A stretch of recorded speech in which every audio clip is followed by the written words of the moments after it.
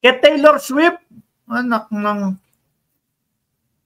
Sabi, pupunta daw sa concert ni Taylor Swift.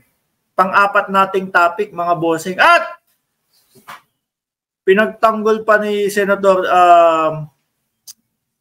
Marcos, ha? Si Amy Marcos, mga kababayan. O, eto ho. Sabi dito, mga boss, sabi ho dito, saan ba yun?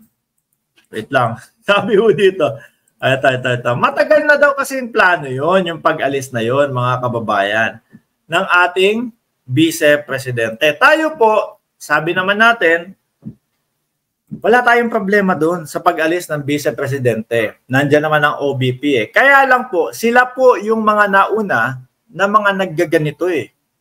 Ano?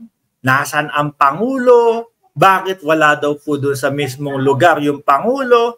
Sa pinangyarihan ng lindol, sa pinangyarihan ng baha, ng mga kalamidad, bakit wala daw yun? Kahit nakikita naman po natin mga bossing, nasa helicopter, binibisita, sinisiyasat, kausap yung kanyang mga DSWD, kausap po lahat mga kababayan. Pero ang hanap pa din po nila, nasan ang Pangulo? Mga bossing, nasan ang Pangulo? Yun yung hanap nila. So ngayon po, ibabalik po ng taong bayan sa kanila.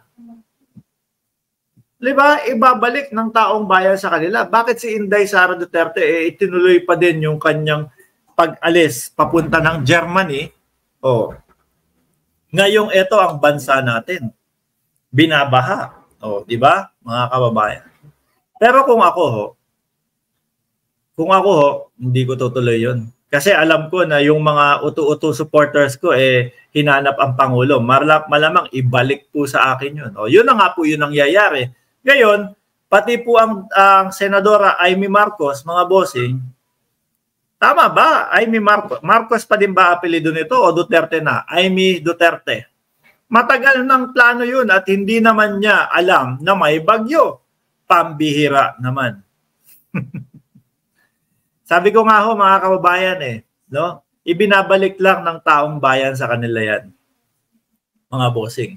Tayo hindi naman po tayo maghahanap bakit ganito? Bakit bumiyahe ang vice-presidente? Dahil alam naman natin na may Office of the Vice President na ayun, nagbibigay sila ng mga karton-karton. Di ba? At eto pa mga kababayan.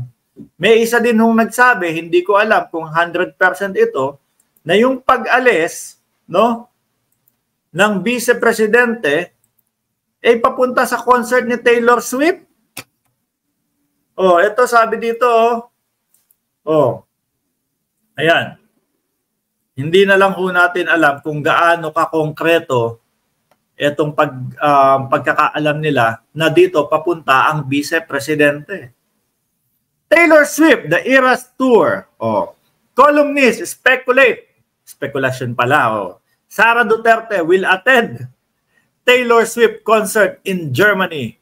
Taylor Swift concert in Munich, Germany this July 27 and 28. Connect the dots. Favorite ba ng ating vice-presidente si Taylor Swift, mga kababayan? Hindi ko alam. Kasi ang ating presidente, alam ko, mahilig manood ng Formula 1 yun. Talagang yung mga DDS na, ay grabe, ganito na nga kahirap ang ating bansa. Nakukuha pang mag-Formula 1 ng ating Pangulo. Mukhang ayaw ng pagpahingahin ang Pangulo, mga kababayan. Di ba? Mukhang para sa kanila, dapat 24 oras na nagtatrabaho ang Pangulo.